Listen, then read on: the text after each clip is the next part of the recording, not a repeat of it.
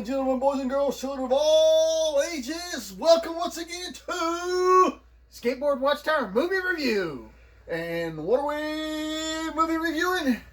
Blue Thunder. Blue Thunder. What does Jaffo mean? What does the Jaffo mean? I know what it means, but it's not good to say. Just another freaking observer. Blue Thunder, I gotta say, was one of my all-time favorite movies. And I have to say this because you don't get to see it too often. No, it's kind of those lost treasures. Because it came out right at the time you had a lot of like sophisticated technology-based things. And the one thing they take in this movie is that the technology that was on this helicopter was what was in use in military helicopters at that time. It wasn't in. But you got to think at the time you had Airwolf at this time period. You had. I think Airwolf didn't come out just shortly after that. Shortly, it was like closely based on that, and then. But it had its own different. I loved Airwolf too. Anything that flies, I love anything that flies. And then they also had Street Wolf. You had Knight Rider. You had those particular Street Hawk. Street Hawk. The motorcycle. Yeah, Street Hawk. And then that's the thing. I mean, it was at a time period where it was cool to have this cool technology, and you'd be the only one to know how to use it. But now the thing I love about Blue Thunder is actually I loved the whole storyline. Yeah. Because what they're doing is in Los Angeles, and they got this police helicopter that they want to use. And the only thing is, in the United States, there's laws against police helicopters being armed. Yes. And of course, we know this. Blue Thunder was armed to the teeth. To the teeth, man. I mean the 20mm Gatling gun. I mean, I love the helmet that moved the gun. Like the helmet could move. And that's exactly what's in the Apaches and the Cobras. Yeah. And I mean, they were. Yeah, the one thing that they don't have is that silent sound. I mean, the way the silent mode. That's the only thing they didn't have. That's the one thing I kind of thought. Silent mode. But I want to talk before we get into it. I want to talk some statistics about Blue Thunder itself, because I mean, I love the helicopter. I love the overall design. When they decided to go into it, they went with the British. I think it's called Arrowlet helicopter, and it had something like a semi-round cockpit. Mm-hmm. So what they did, they went in and designed it for the movie, and they put in this modern version that was, sort of flattened out and everything. And they put the gun system up here with all the infrared and all that stuff in it. And what it did, it actually changed up the whole weight system, and it kept wanting to ride like this. So it's nose heavy. So that's why when you see it in the movies, it's flying like this because it's nose heavy. Of course, he also brings out the tension in the movie. So, what is it? Oh, he says, well, it's nose heavy. But they already knew that before the movie was even. Yeah. But it still made a heck movie. Why? Because not only did you have the movie, but a TV series came out right after this. Yeah. And it had, of course, Bubba Smith, and I can't think of the other football player that was with him, who was in it. And I can't remember who the pilot was, played the pilot, but I do remember who Jaffo was. Garth. And when I see that, I'm like, and who's Garth? I'm trying to think of his name. I can't even really remember his name, no offense. Wayne's World. Garth. Remember who Garth is? Yeah, I know Garth is just the actor's name. Dana something. I forgot. Dana something. We'll think of it later. But Dana, he actually played Dana Carvey. Dana Carvey played Jaffo. He played the Jaffo in the TV series, and then to see him on the funny stuff doing later, it's like, but actually did a good job. I actually like the TV show as well. But then I want to get into the way Roy Scheider played his pilot character of him trying to make sure he wasn't keeping his PTSD in check. He knows he has PTSD. He knows he has post-traumatic stress. He knows it, but at the same time, he's doing that time watch thing where if he keep his mind straight. Yeah, because they say if you begin to break, if you 5 seconds feels like 30 seconds or something like that. But his PTSD was going to come into play because he was going up against the colonel. Yeah. That he had got to go up against and had issues with in Vietnam. Yeah. And that's where his whole military thing comes back from Vietnam.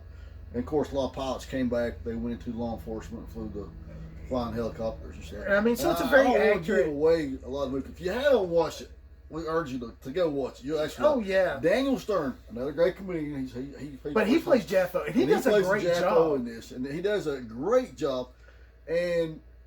But at the same time, what I love about and that's the thing I guess with the time, because pilots would always tease their observers. Now, I used to be an observer in the Civil Air Patrol. I was an observer for my pilots. Yeah, I was just a Jaffa. Yeah, you were a Jaffa. I were a Jaffa. I observed, was on the ground looking for plane stuff.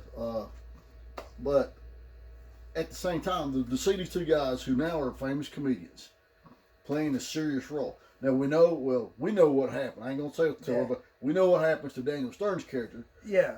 And we know what happened to Dana Carvey's character. Yeah. Nothing. But we're not gonna tell you what Stern.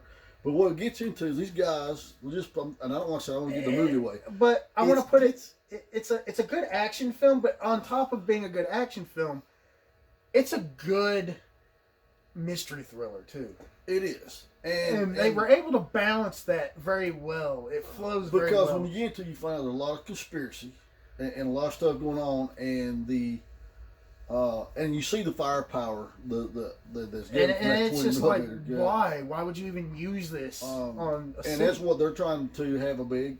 Let's put it this way: you do have this group who is trying to have this big riot in Los Angeles where they can get. Hey, the only way we can control this riot is to use force. This right here. And that's what they want to use it on. Yeah. But the colonel, like I said, the colonel, he's a British colonel, and he's corrupt. He's with all these other people, and so. And of course, Malcolm McDowell plays the colonel. Malcolm McDowell, excellent actor. Yeah, excellent. And when he plays a bad guy, he plays a bad guy. And that's the thing. And even to see him as a good guy, he's not completely clean. Mm. Either. No. But at the same time, when I saw the movie, I think I was about 13 or 14 when I saw it, because it was on TV. And I started watching. I'm like, I'm hooked. I've got to see the rest of this. I got to know. I went to the big screen and watched it. Bam! Lucky. But like I said, it's a good action film, but it's also a good mystery thriller. And it's a good all-around movie. Oh yeah, because they balance everything. It's got everything that you could ever want to a movie. It's got and then also your leading lady, Candy Clark, who she doesn't do a whole lot of big roles throughout film. She was in American Graffiti. She played, I think, in Buffy the Vampire Slayer as her mother, and I think. But the thing about it in this movie here, she's his constant. She is his constant timepiece. Yeah. I guess that's what you can say. He's always like that, but she's the one that's always keeping him on time, keeping him. And also, when it comes down to that point, she's the one that actually saves his life by getting the information where it's got to go to. It's also showing the fact that she's the only one that he trusts. And on top of that, she's always got his back. And that's the thing. She doesn't play it off, oh, he's crazy, he's nuts, or anything like that. I can't. No, she's got his back no matter what. No matter what. And like I said, when she's got to deliver the film and everything, she's. And I love that scene at the drive. Just don't give it away. Yeah, you got to go watch it. So we're going to cut this one short because there's just, like I said, there's too much in it. If you love Daniel Stern, you're going to love this. You're going to will. Roy Scheider, if you're a fan of Jaws, Roy Scheider is just. I mean, I've seen him play in some movies, but this one and Jaws is. I liked him better than this than I did Jaws. I mean, I liked him in the Jaws. I just couldn't get. I liked him in the French Connection as well too. So I mean, I was going to say, and you beat me to it. French Connection was awesome, and that's the thing. Like but he's played in so many good movies and so many good parts. And you know who he's the father? What superhero or hero he's the father of? The Punisher. When they did The Punisher, he was his father. Oh, the one with I can't remember his name, but yeah, but it's got John Travolta in it. The Punisher, John Travolta. That's a good version of it. And Thomas Jane. Yeah, Thomas. Thomas Jane. And we have to go to the Punisher now. Thank you. Yeah. I did well. Okay, yeah. The bad part about it is I so, don't have that version of the Punisher. So Blue Thunder. If let's do this, man. Let's just go on a rating from 1 to 5 stars. As far as entertainment, I'm gonna give it a 5. I'm gonna give it a 5. I give it 5. I'll give it 5 stars. As far as life, real life, I'm gonna give it a 2.5, 3. well, because it's not actually based on anything. Yeah, I'm gonna give it a 4 because the simple fact is the technology. I'll give it I'll give it a straight 3 because they did have the silent mode and that's why it's not a 5. But I will give it about a 3.5. Yeah. I'll give it a 4. I'll give it a 3. I'll give it a 4 because of the simple fact the equipment stuff in there, some of the Vietnam footage stuff, I know it happened. Oh yeah. We all know it's happened. Oh yeah. And so some stuff that is based on actually is real.